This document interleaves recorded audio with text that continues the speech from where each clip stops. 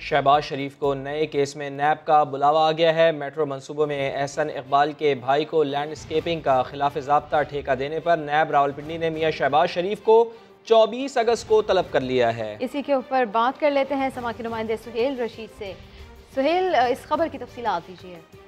देखिए, साबिक वज़ीर आला पंजाब शहबाज शरीफ एक और केस में अब नैब के रडार पर आ गए हैं और इस पर उन्हें नैब रावलपिंडी ने 24 अगस्त को तलब किया है। ये केस है जो रावलपिंडी मेट्रो मनसूबा था, इसमें नैब के मुताबिक लैंडस्केपिंग और इस सारे मनसूबे की जो तज़ीन और आराइश का ठेका था वो एहसन इकबाल के भाई मुस्तफ़ा कमाल की कंपनी को दिया गया था। और ज़राए का ये कहना है कि उसका जो वर्किंग पेपर था उसके ऊपर सिर्फ एक चीज़ लिखी हुई थी कि ये शहबाज शरीफ की रिकमेंडेशन पे दिया जा रहा है, रूल्स को इसमें फॉलो नहीं किया गया था। और नैब रावलपिंडी से पहले ही RDA से भी तमाम मालूमात हासिल कर चुका है और अब इस केस में शहबाज शरीफ को तलबी का समन अरसाल कर दिया गया है। पुलिस के जरिए इसकी समन की तामील भी करवा दी गई है, नैब का ऐसा बताना है। और 24 अगस्त के रोज उन्हें तमाम तर तफसीलात समेत नैब रावलपिंडी की तफ्तीशी टीम के सामने पेश होने की हिदायत की गई है। इससे पहले जो मुस्तफ़ा कमाल हैं, एहसन इकबाल के भाई, उनको शामिल तफ्तीश नैब पहले ही कर चुका है। इस केस में पहले से इसकी तहकीकात जारी थी और अब इसमें नई पेशरफ्त ये सामने आई है कि शहबाज शरीफ जो पहले 5-6 मुख्तलिफ नैब केसेस का सामना कर रहे हैं, अब वो इस केस में भी पेशी भुगतेंगे। 24 अगस्त के रोज उनको बुलावा आ गया है नैब रावलपिंडी से और उन्हें तमाम तरह रिकॉर्ड भी साथ लाने की हिदायत की गई है। दिन 11 बजे नैब रावलपिंडी की तफ्तीशी टीम ने उनको तलब किया है। बहुत शुक्रिया सुहेल रशीद, अपडेट किया आपने। इकबाल पार्क टिकटॉकर दस्तदराजी केस की तफ्तीश जारी है। पुलिस ने मजीद 40 अफराद की शनाख्त कर ली है। टिकटॉकर के साथ ही रैम्बो का मेडिकल के बाद बयान भी रिकॉर्ड कर लिया गया है। शहरोज सईद नामी नौजवान ने गिरफ्तारी से बचने के लिए अबूरी जमानत भी करा ली है। जहांगीर खान की रिपोर्ट देखिए। खातून को हिरासा करने का वाकया, मजीद 40 अफराद की शनाख्त हो गई। मुतासरा टिकटॉकर के साथी का मेडिकल भी मुकम्मल।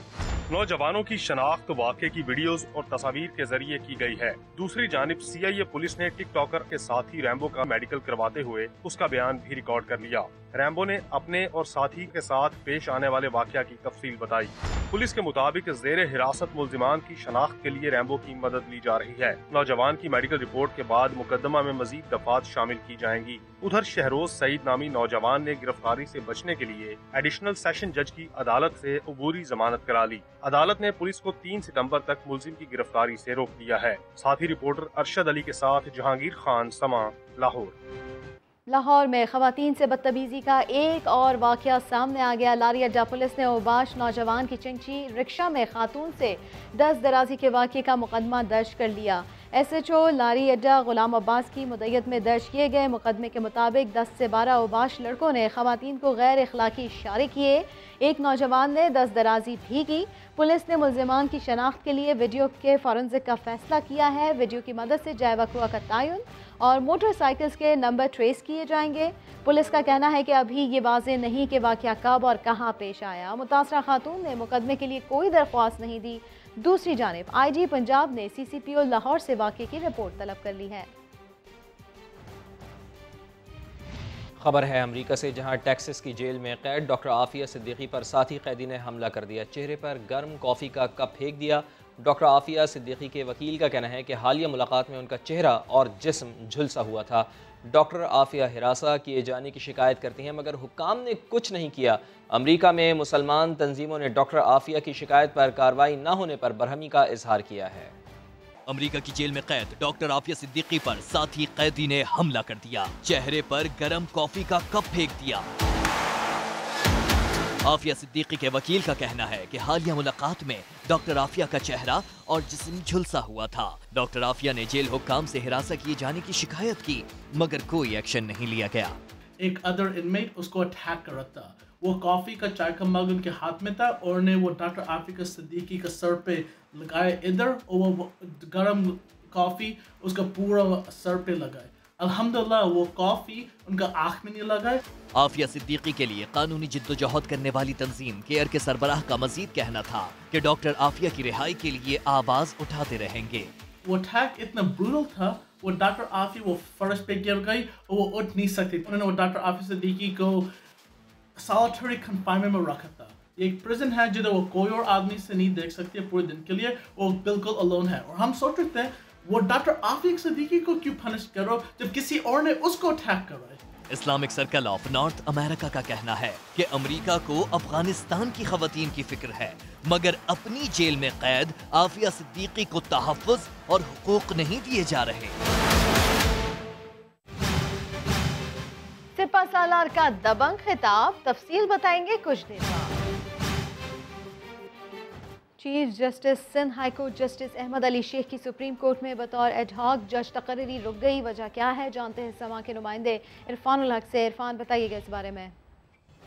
देखिए, इस हवाले से काफी तनाज़ा खड़ा हुआ था। बिलखुसूस बेंच और बार के दरमियान एक सख्त और कशीदा सूरत हाल पैदा हो गई थी। मुल्क भर के वकला ने एहतजाज शुरू किया था। आज भी यहाँ पर एक वकला कन्वेंशन मुनक्किद किया जा रहा है। इस हवाले से जो वफाक और अदलिया की अहम शख्सियात हैं वो मुतारिक हुई और उनके दरमियान इस बात पर इत्तेफाक हुआ कि इस कशीदगी को कम किया जाए और कोई दरमियानी रास्ता निकाला जाए। इस हवाले से जो फिलहाल फार्मूला तय हुआ है उसके मुताबिक एडहॉक जज की हैसियत से जस्टिस अहमद अली शेख की तकर्री को रोक दिया गया है। उनकी तकर्री से ये इस तनाज़े में शिद्दत आई थी और अब ये तय हुआ है कि जो आइंदा आने वाली सुप्रीम कोर्ट में नशिस्तें खाली होंगी उसमें उनको मुस्तकिल जज के तौर पर उनकी जो तकर्री है सुप्रीम कोर्ट में उस पर गौर किया जाएगा। जुडिशल कमीशन में बाकायदा ये नामजदगी जाएगी और उसके बाद उन्हें मुमकिन है कि ये इस रवा साल में ये ना हो और मगर ये अगले साल फरवरी में कुछ नशिस्तें सुप्रीम कोर्ट में खाली हो रही हैं। कुछ जज के रिटायर होने पर मुमकिन है जस्टिस अहमद अली शेख को मुस्तकिल जज की हैसियत से सुप्रीम कोर्ट एलिवेट किया जाए और उसके बाद यहाँ पे जो सीनियर मोस्ट जज हैं जस्टिस इरफान सादत वो बाकायदा रेगुलर चीफ जस्टिस के तौर पर उनकी एलिवेशन होगी और उसके बाद जो मामलात हैं। लेकिन फिलहाल बतौर एडहॉक जज तकर्री रुक गई है। इरफान हक अपडेट कर रहे थे, शुक्रिया आपका। मकबूजा कश्मीर में भारतीय फ़ौज की रियासती दहशत गर्दी जारी है। 3 रोज़ में 6 कश्मीरियों को शहीद कर दिया गया है। कश्मीर मीडिया सर्विस के मुताबिक काबिज़ भारतीय फ़ौज ने ज़िला पुलवामा में सर्च ऑपरेशन और मुहासरे की आड़ में अवाम को ज़दोकोब किया।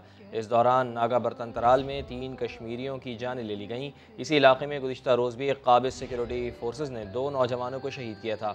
इससे पहले बुज़दिल फ़ौज ने राजौड़ी के इलाके में कार्रवाई करके एक कश्मीरी नौजवान की जान ले ली थी। उधर कुलगाम में भारतीय पुलिस चीफ की ज़ेर सदारत इजलास में ऑपरेशन मज़ीद तेज़ करने का फैसला हुआ है। तालिबान रहनुमा खलीलुर रहमान हक्कानी के हिज़्ब इस्लामी के सरबराह साबिक अफगान वज़ीर आज़म गुलबदीन हिकमतियार से काबुल में मुलाकात। ताज़ा सूरत हाल पर तबादला ख्याल किया गया। तालिबान ने निमरोज़ जेल से अफगान फोर्सेस के 100 अहलकार रिहा कर दिए। 313 बदरी ब्रिगेड बगलान पहुँच गया। किसी दूसरे मिलिशिया के कब्जे की खबरें गलत साबित हुई। मुस्तकबिल का अफगानिस्तान कैसा हो, तालिबान क़यादत और दीगर अफगान रहनुमा मुलाकातें कर रहे हैं, गौर कर रहे हैं। तालिबान रहनुमा खलीलुर रहमान हक्कानी और हिज़्ब इस्लामी सरबराह और साबिक अफगान वज़ीर आज़म गुलबदीन हिकमतियार ने काबुल में मुलाकात की है। दोनों रहनुमाओं ने ताज़ा तरीन सूरत हाल पर तबादला ख्याल किया। उधर निमरोज में तालिबान गवर्नर मौलवी अब्दुल हक आबिद ने बताया कि अमीर हिब्तुल्लाह की हिदायत पर जेल से 100 अफगान अहलकार रिहा कर दिए। कंधार में तालिबान ने चेक पॉइंट्स कायम करके अहलकार तैनात कर दिए हैं। उधर बगलान में किसी दूसरे मलेशिया के कब्जे की अफवाह फैली हुई थी। जब 313 बदरी यूनिट वहां पहुंचा तो किसी को ना पाया। उनका कहना है कि वीरान जगह पर बाद लोगों ने तस्वीर और वीडियोस बनाने के लिए परचम लहराए और फिर इलाके से चले गए। पाकिस्तान ने अफगानिस्तान में बेअमनी की भारी कीमत अदा की। अमन व इस्तेहकाम के लिए किरदार अदा करते रहेंगे। Army chief general Qamar Javed Bajwa का पाकिस्तान मिलिट्री अकेडमी काकुल में दबंग खिताब। कहा, अफगानिस्तान के लिए पाकिस्तान की कुर्बानियों के बावजूद उसके किरदार पर उंगली उठाने वाले वही हैं जो खित्ते में आम नहीं चाहते। दुनिया को ये भी बता दिया है कि कश्मीरियों को ना कभी तन्हा छोड़ा है ना ही छोड़ेंगे। उस्मान खान की रिपोर्ट।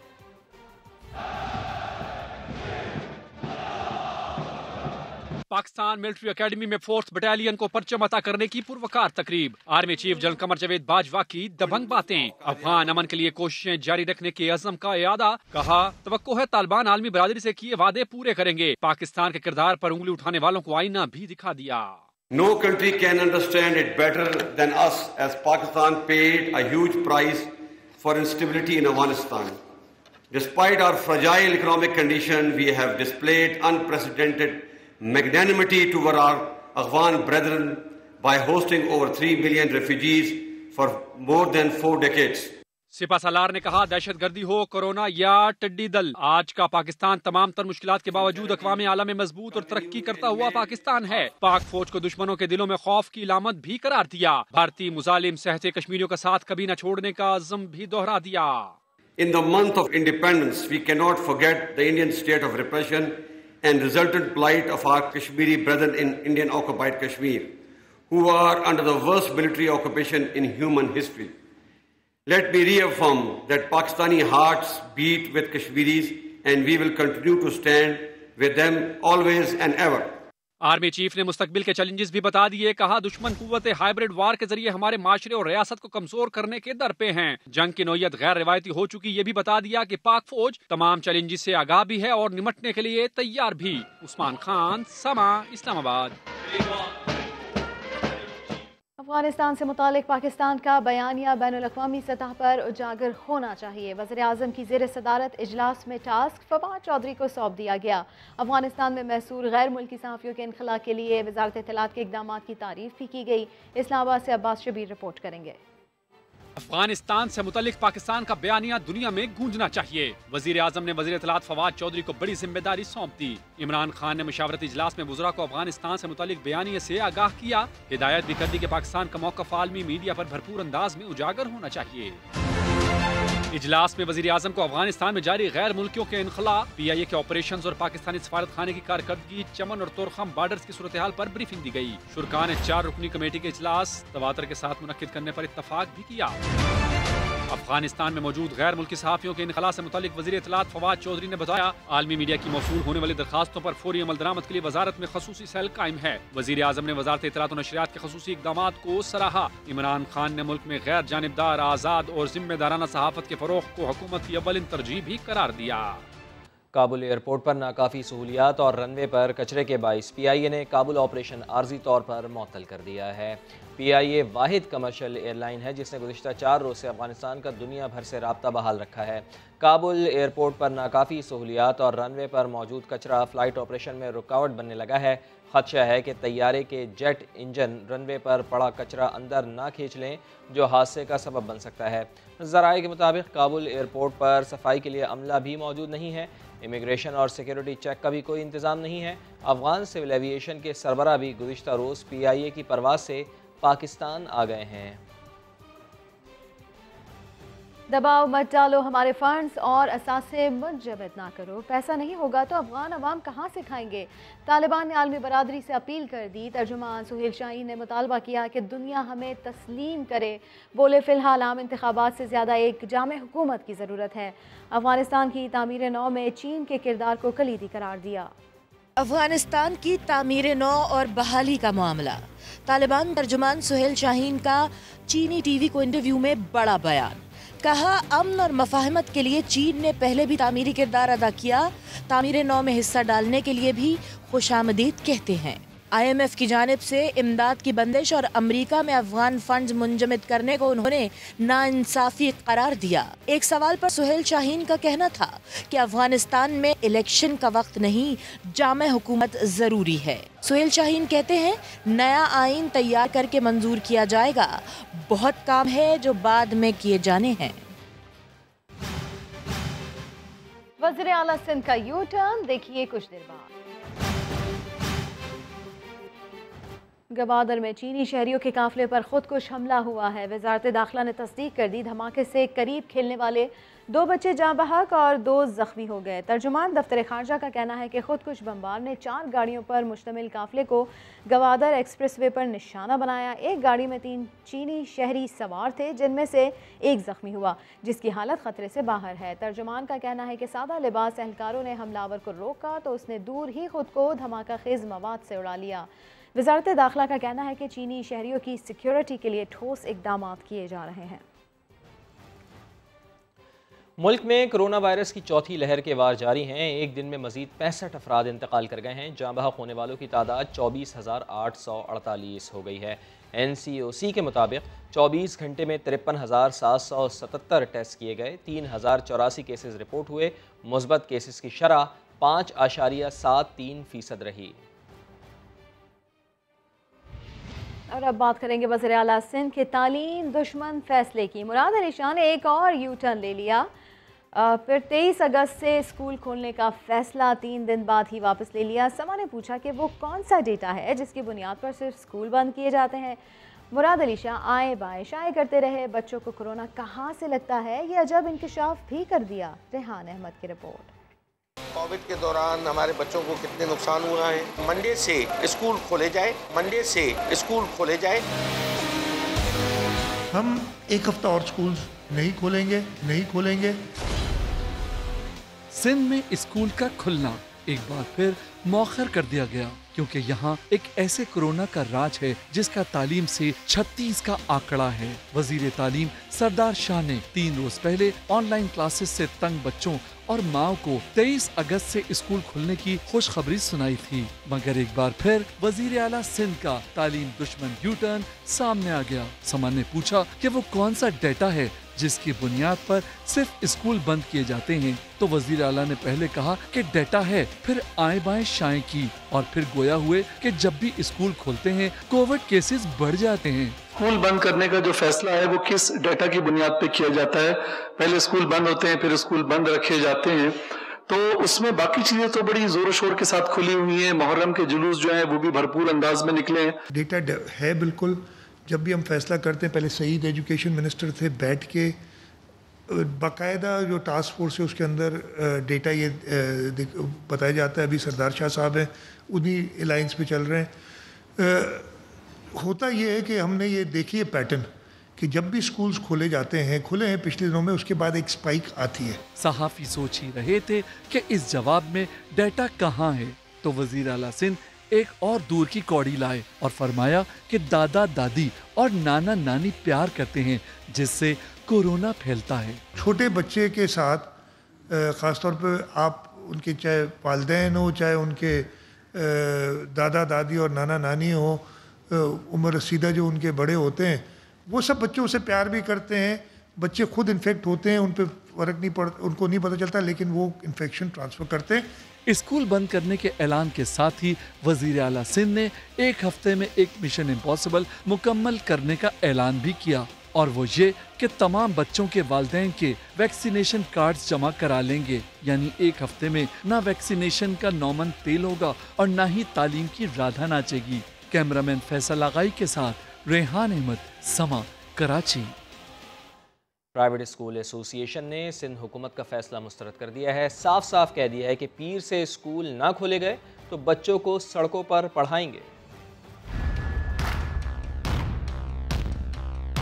वज़ीर आला सिंध का स्कूल खोलने पर यू टर्न। निजी स्कूल तंजीमों ने सिंध हुकूमत का फैसला मुस्तरद कर दिया। All Pakistan private school management association के हेड ऑफिस में तारिक शाह की ज़ेर सदारत हंगामी इजलास हुआ। तालीम बचाओ तहरीक शुरू करने का ऐलान कर दिया गया। 23 अगस्त से तालीमी सिलसिला बहाल किया जाए, तालीमी इदारों को खोलने की इजाज़त दी जाए, वरना हम जो है वो 23 अगस्त से रोडों पर, सड़कों पर अपने तालीमी सिलसिले को जारी रखेंगे और शुरुआत करेंगे अपने तालीमी साल की, क्योंकि वैसे ही बच्चों का बहुत लॉस हो चुका है। हैदर शाह का कहना था कि स्कूलों की बंदिश से तलबा तालीमी सिलसिला तर्क कर रहे हैं। गुज़िश्ता 2 सालों में सरकारी स्कूलों से 5 से 6 लाख बच्चों ने तालीम और स्कूल को खैरबाद किया। इसी तरह प्राइवेट स्कूल से भी 6 से 7 लाख बच्चों ने तालीम और स्कूल को छोड़ दिया। एसोसिएशन ने सवाल उठाया कि सिंध के अलावा मुल्क भर में तालीम का सिलसिला जारी है, सिर्फ सिंध के बच्चे तालीम से महरूम क्यों? बच्चे स्कूल जाएं ना जाए, फीस बर वक्त अदा करने की टेंशन वालिदैन को खाई जाती है। कराची समेत सिंध भर में कोरोना वबा के बाद स्कूल मुसलसल बंद हैं, लेकिन प्राइवेट स्कूल्स फीसों में इजाफा करने से बाज ना आए। ज़मज़म सईद रिपोर्ट करेंगी। कोरोना वबा जो चली, आम आदमी के घर का बजट लड़खड़ाने लगा। बच्चों का लिखना पढ़ना भी गया, मगर प्राइवेट स्कूल्स के मुतालबात ना रुके। फिर फीस बढ़ा दी गई। वालिदैन ने दुहाई दे दी कि बच्चों का पढ़ाई का कोई पता नहीं, लॉकडाउन कवरेज में और फीस से ऐसे मांग रही कि मुँह मांग के। ना वैन वाले ना स्कूल वाले, वो हर शख्स कहता है बस महीना खत्म हो गया फीस दो। फीस अब 300 रुपये बढ़ा दी गई। क्यों बढ़ा रहे हैं, किस बेस पे बढ़ा रहे हैं, वजह तो बताएं। कोई वो नहीं है, लेकिन बस फीस चाहिए उनको किसी के आगे बात करने जाएं कोई बात करने वाला नहीं। अगर फीस देने वाला है 300 रुपये ज़्यादा तो आपको उल्टा ये मशवरा देते हैं दे दें यार 300 रुपये, यार आप दे सकते हो मैं तो नहीं दे सकता ना। प्राइवेट स्कूल एसोसिएशन के सदर तारिक शाह कहते हैं कि ये तो सिर्फ सालाना फीस बढ़ाई है। हुकूमत की तरफ से बाय लॉज हैं, उसमें ये है कि हर साल 5% जो है वो आप फीस बढ़ा सकते हैं, तो वही स्कूलों ने बढ़ाई है। लेकिन सब्जेक्ट टू अगर किसी स्कूल ने अपने अखराजात ज़्यादा शो किए हों, माहाना फीस फिर बढ़ती चढ़ती सालाना फीस और बच्चे बेचारे वहीं के वहीं, क्या बनेगा इनकी तालीम का। कैमरामैन फरहान यूसुफ के साथ जमजम सईद, सामा, कराची। वज़ीर आला सिंध डेटा करते रहे मगर डेटा ना दिया। दावा किया कि जब भी स्कूल खुले कोरोना केसेस में इजाफा हुआ, फीसों की मुआफ़ी के मामले पर भी गड़बड़ाते रहे। स्कूल बंद करने का जो फैसला है वो किस डेटा की बुनियाद पे किया जाता है? क्या डेटा है? डेटा है बिल्कुल। जब भी हम फैसला करते हैं बैठ के डेटा ये बताया जाता है कि हमने ये देखिए पैटर्न खुले हैं पिछले दिनों में, उसके बाद एक स्पाइक आती है, खुले हैं पिछले दिनों में, उसके बाद एक स्पाइक आती है। ये डेटा की वजह से ये सारे फैसले किए जाते हैं। ये सॉर्ट ऑफ कंसेंसस या हमारी तरफ से ये बात आ रही है, दुकान को शौक से बंद नहीं कराते। लोग समझते पता नहीं कि कुछ लोग नहीं समझते। अल्लाह ताला हर एक को जज करेगा। उसके there is a cost to everything, there is a cost to. आप सही कह रहे हैं। अब स्कूल की फीस माफ़ कर दीजिए। हमने बीच में 1-2 किए थे, सईद ने उनको सारों को बुलाया था, टीचर जो स्कूल ओनर्स थे, लेकिन वो इश्यूज अभी तक हैं। हमारी कोशिश यही रहेगी कि कम से कम बोझ डाला जाए। मुझे नहीं पता, मुझे याद नहीं, मैं भूल गया, सिर्फ समा के सवाल पर ही नहीं किसी भी डेटा का पूछा गया तो वज़ीर आला सिंध के यही अल्फाज थे। बराबर में बैठे मिनिस्टर से जवाब की तवक्को करते रहे। कायम अली शाह के दौर की याद दिला दी। कैसे, आइए देखते हैं।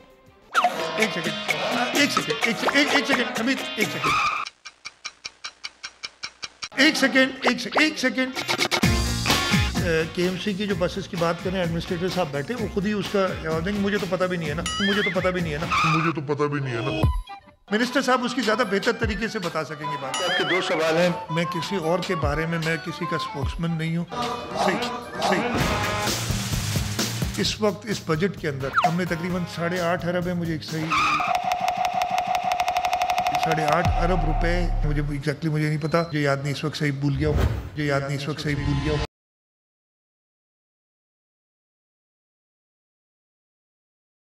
जरा नम हो तो ये दस्ती बड़ी है, ये जमीन मुझे नहीं पता। 100 बसेज हैं, कितनी है? 200 बसेज है। दिसंबर 2019 में आगे हो सकता है डेट्स आगे पीछे मुझे एग्जैक्ट याद नहीं। एक ही सब में खड़े हो गए महमूद आया, हो सकता मुझे नहीं पता। न कोई बंदा रहा न कोई बंदा नवाज। जो लोग डैम की बातें करते हैं ना, हमारे पास कौन से डैम है इस वक्त? बड़े तरबेला है, मंगला है। कैंप तरबेला की आज क्या है हाइट, वो लेवल 1232 उसकी शायद है, कितनी है मुझे याद नहीं, इस वक्त सही भूल गया हूँ। मुझे नहीं पता, एग्जैक्ट याद नहीं। तालीम की दौड़ में सिंध सबसे पीछे रह गया है। साल 2021 में सिर्फ 22 दिन ही स्कूल्स खुल पाए।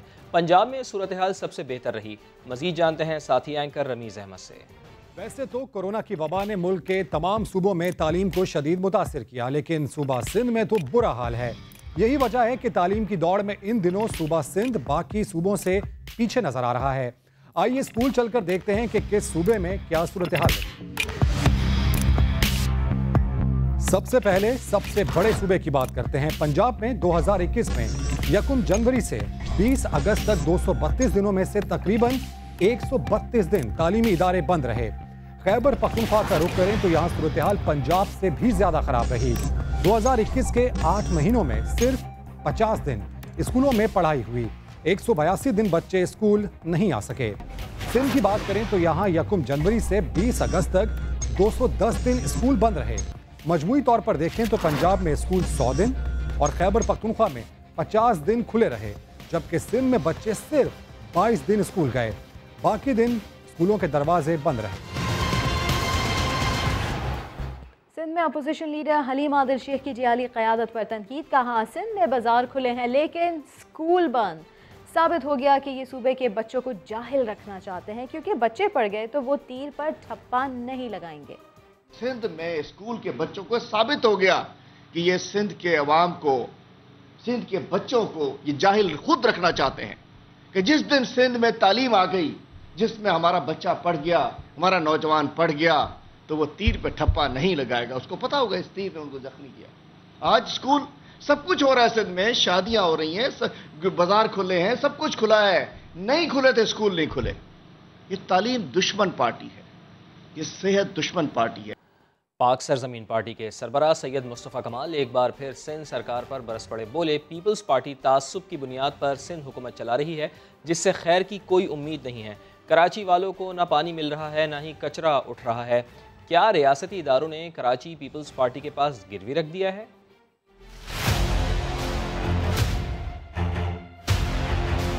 मुझे पीपल्स पार्टी से तो कोई उम्मीद नहीं कि वो बात सुनेगी, मानेगी। वो नस्ली तासुब की बिना पर ये हुकूमत चला रहे हैं।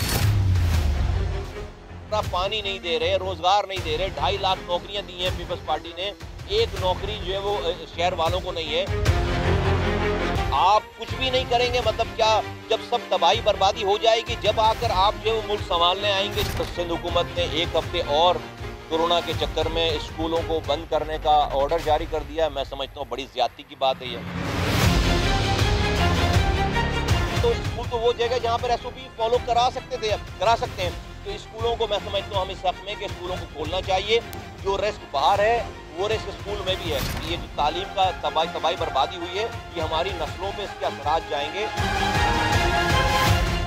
चित्राल के जंगलात में लगी आग बुझाने वालों को खिराज अकीदत। वज़ीर आज़म इमरान खान ने महकमा जंगलात के मुलाजमीन को कौम के हीरो करार दे दिया। वज़ीर आज़म इमरान खान ने ट्वीट में लिखा, 19 अगस्त को महकमा जंगलात का एक और हीरो जंगलात में लगी आग बुझाते हुए शहीद हो गया। जमशेद इकबाल ने फ़र्ज़ की अदायगी के दौरान अपनी जान कुर्बान की। ये हमारे हीरो हैं जो सरसब्ज़ पाकिस्तान के लिए जंगलात की हिफाजत कर रहे हैं। सितंबर में 2 LNG कार्गो के लिए PSO को महंगी तरीन बोली का सामना। $25 फी MMBTU दुनिया की महंगी तरीन LNG होगी। तफसीलात जानते हैं वहाब कामरान से। वहाब, आगाह कीजिए। देखिए जी, पाकिस्तान स्टेट ऑयल की जानिब से सितंबर के महीने के लिए LNG के 2 कार्गोज के हवाले से गुज़श्ता रोज बिडिंग कराई गई थी और इस बोली के अमल के दौरान LNG के महंगे तरीन कार्गोज के हवाले से इंकशाफ हुआ है। बताया गया है कि एक कार्गो $25.26 फी MMBTU की ऑफर की गई है, जबकि दूसरे कार्गो के लिए $17.89 फी MMBTU की ऑफर आई है इस बोली में, जो कि दुनिया की तारीख की ये महंगी तरीन LNG होगी। ताहम इस हवाले से अभी PSO ने अपनी फैसला नहीं किया कि आया इन कंपनीज को ऑर्डर करना है LNG के लिए या नहीं। ये भी बताया गया कि कतर से $8 फी MMBTU के हवाले से जो मुआहदा हुआ था उसमें से भी माहाना 5 कार्गोज की बजाय सितंबर के लिए 4 कार्गोज मंगवाए। PSO ने इसी वजह से दोबारा कार्गोज मंगवाने के लिए बिडिंग कराएगी, जो कि महंगी तरीन बोली होगी। बहुत शुक्रिया वहाब कामरान आपका।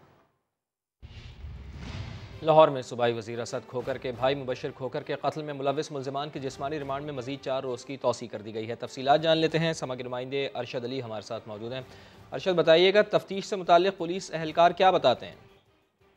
जी बिल्कुल, जो है वो आज जब दोनों मुल्ज़िमान को अदालत के रूबरू पेश किया गया तो पुलिस ने अदालत में बताया कि मुल्ज़िमान दौरान तफ्तीश बार बार अपने बयानात जो है वो तब्दील कर रहे हैं, लिहाजा कोई हतमी जो बयान जो है वो पुलिस को रिकॉर्ड नहीं करवा रहे, जिसकी वजह से जो है वो तहकीकात मुकम्मल करने में मुश्किलात का सामना है। अदालत हमें जो है मुल्ज़िमान का मजीद 14 रोज़ का जिस्मानी रिमांड फराहम करने के अहकाम जारी करे।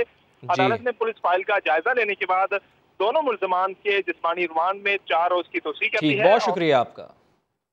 कराची के इलाके बल्दिया सईदाबाद में शौहर ने बीवी को तलाक देने के बाद तेजाब फेंक दिया। मुल्जिम ज़िशान अहलिया को टिकटॉक पर वीडियो बनाने से मना करता था। इस वक्त समा के नुमाइंदे शाहनवाज कादरी मुतासरा खातून के भाई के हमरा मौजूद हैं, उनसे मजीद जानते हैं। जी शाहनवाज। मैं इस वक्त सिविल अस्पताल के बस वार्ड पर मौजूद हूँ, जहाँ एक तेजाब गर्दी का वाक़या पेश आया है। टिकटॉक की वजह से तलाक देने के बाद जो है साबका शौहर की जानिब से 19 साला रिमशा पर तेजाब फेंका गया है। इस वक्त उनके भाई मेरे साथ मौजूद हैं। टिकटॉक बनाती थी, इस वजह से झगड़ा हुआ? जी, इस पर भी हुआ था, थोड़ा घरेलू मामला भी, उनके उस पर भी झगड़ा करते थे। यानी आप इधर क्यों जा रही हो, क्या कर रही हो, ड्रिंक भी करता था, सही है, फिर ये चर्च भी पीता था। तो आपके जो बहन थी वो तो टिकटॉक अपलोड तो नहीं करती थी? अपलोड नहीं करती थी, प्राइवेसी में बनाती थी। उसने बोला प्राइवेसी अकाउंट भी नहीं बनाओगे तो डिलीट करो। फिर वो 2-3 महीने हमारे घर पे थी, फिर इसने पीछे तलाक दे दी। व्हाट्सएप पर जगह टाइम था, मेरे पीछे फ़ोन आया, भाई मेरे ऊपर तेजाब फेंक दिया बहन ने। बोला मैं जॉब पे जा रही थी, कहते पीछे से आगे इसने बाल्टी फेंकी है। पार्टी पे कि मैं इतने पहुँचा, इलाके वाले सारे जमा थे। पूछा भाई, बोला वो भागा, सीधा निकल गया घर, पकड़ा किसी ने नहीं। फिर उसके वालिद के बाद वालिद ने बोला भाई मैं इसमें कुछ नहीं बोल सकता, मैं उस यानी मैंने उसे ख़त्म कर दिया, उससे कोई ताल्लुक़ नहीं मेरा। उसके बाद ये बात हुई, हम इधर लेकर आए। बिल्कुल, इस वक्त रिमशा को तिबी इमदाद दी जा रही है। रिमशा के भाई का ये कहना है कि उसकी हालत इतनी ज़्यादा तशवीशनाक नहीं है, तहम पुलिस का कहना है कि मुलजिम फरार हो गया है। जो रिमशा बयान देगी उसके ऊपर जो है FIR दर्ज की जाएगी। जी बहुत शुक्रिया आपका। पेशावर के सबसे बड़े लेडी रीडिंग अस्पताल के अतराफ मसाइल के अंबार, मरीजों और तीमारदारों को किन मुश्किलात का सामना है, शहरी सोनिया खलील बता रही हैं। मेरा नाम सोनिया खलील है, समाजी कारकुन हूँ, पेशावर की रिहाइश में। इस वक्त मैं सूबे के सबसे बड़े सरकारी अस्पताल LRH के सामने खड़ी हूँ, जहाँ पर मसाइलों के अंबार लगे हुए हैं। अस्पताल के साथ यहाँ पर कई गंदगी के ढेर पड़े हुए हैं। मरीज यहाँ पर आते हैं अपने इलाज के लिए, लेकिन अपने साथ कई बीमारियाँ ले जाते हैं। यहाँ अस्पताल के सामने रोजाना काफी रश होता है।